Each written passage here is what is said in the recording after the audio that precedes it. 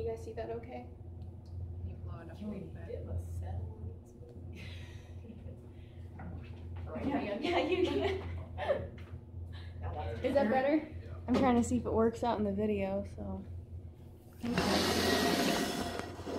it right there. Just a little bit. Right?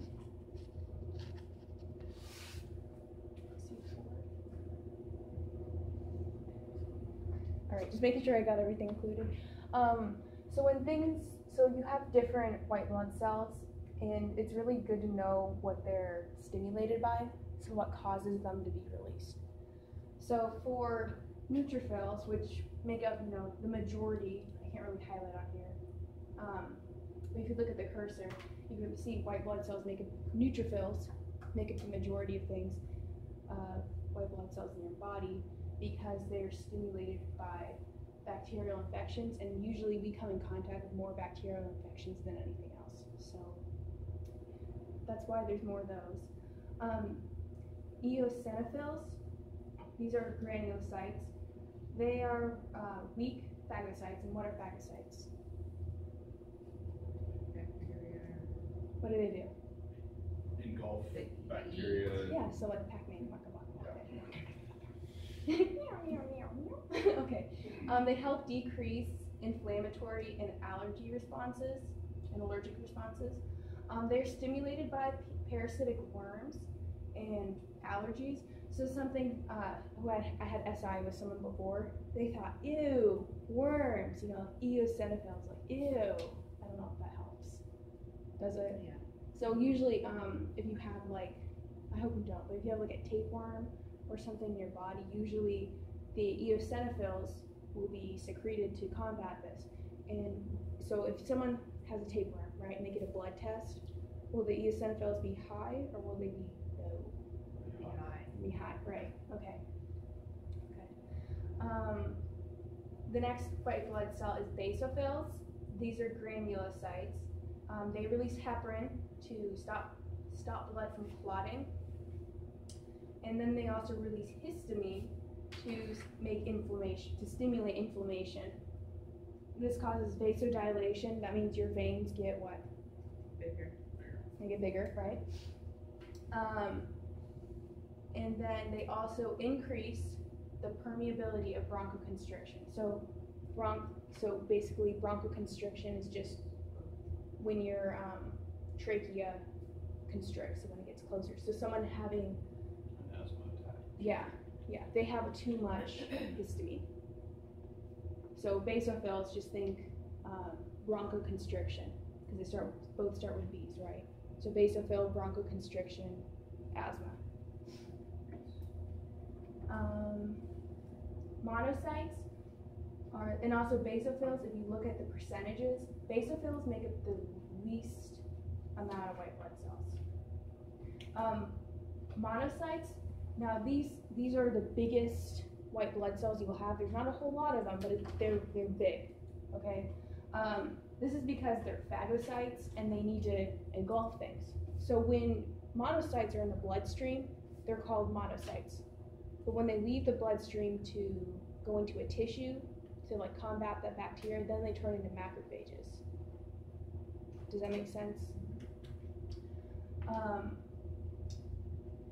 So what stimulates the release of monocytes in the body is chronic infections, malaria, tuberculosis, TB, and typhoid fever.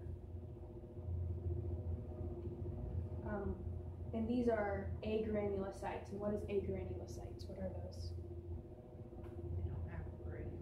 Yeah, so when you look under a microscope, they won't be grainy. They'll just be like smooth looking. Does that make sense? So, and something interesting too, monocytes are the largest size. They're agranulocytes. Lymphocytes are very small, and they're also agranulocytes. So you can kind of keep that in mind, that the granulocytes are the biggest and the smallest, but everything else is medium-sized. Lymphocytes, these are your T and B cells, so this is going to have a lot to do with immunity. We're going to go into this chapter later when we learn about the cytotoxic and humoral immunity. We'll go through that later though, but just know that lymphocytes are team B cells. These indicate leukemia, but if you don't have enough of them, you have AIDS, because the AIDS virus destroy these lymphocytes. Does that make sense? Mm-hmm. So if you have leukemia, they're going to be high, but if they're really low, you have AIDS. You don't, but someone does. On this worksheet, which of the below is not a function of white blood cells? Hemolysis, hemolysis, that white blood cells don't hemolyze things. That's basically when your red blood cells just split apart.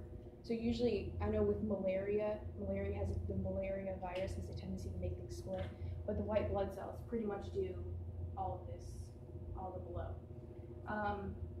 Immunity and antibody production, this is with lymphocytes, so your T and your B cells. Phagocytosis, your neutrophils can be a phagocyte, but the main phagocyte in your body are the monocytes, right? They lead the bloodstream, monocyte, macrophage, M and M. Do you guys know what diapedesis is?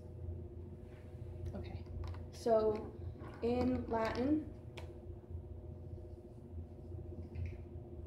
so ped means so when you see the word ped, what do you think of? Okay, what else? Hey, hello. You think it's going good? I'm recording this, so you'll get whatever you missed. So, pedestrian, right? PD is child, but ped is pedestrian, or podiatrist, foot doctor. So whenever you see diapedesis, think about the red blood cells stepping out of because they have the ability to get out of the bloodstream.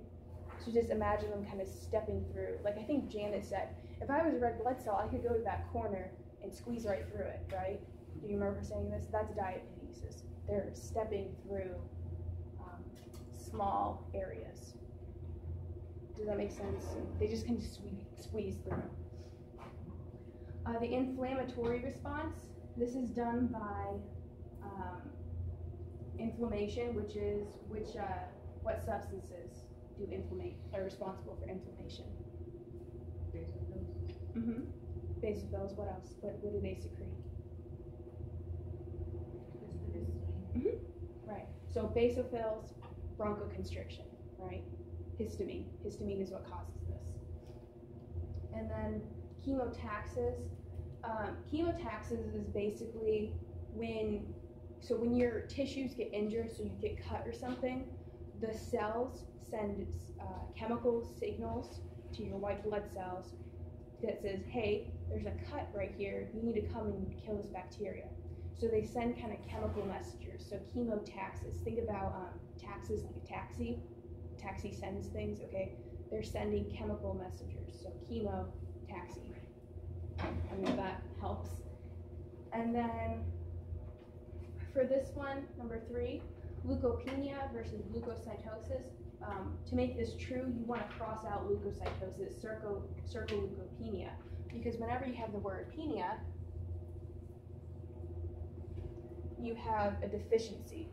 So this is Latin for deficient, low amount, low volume. So does this make sense? Okay. I'm missing number 4. Number 4? Oh my, what's number 4?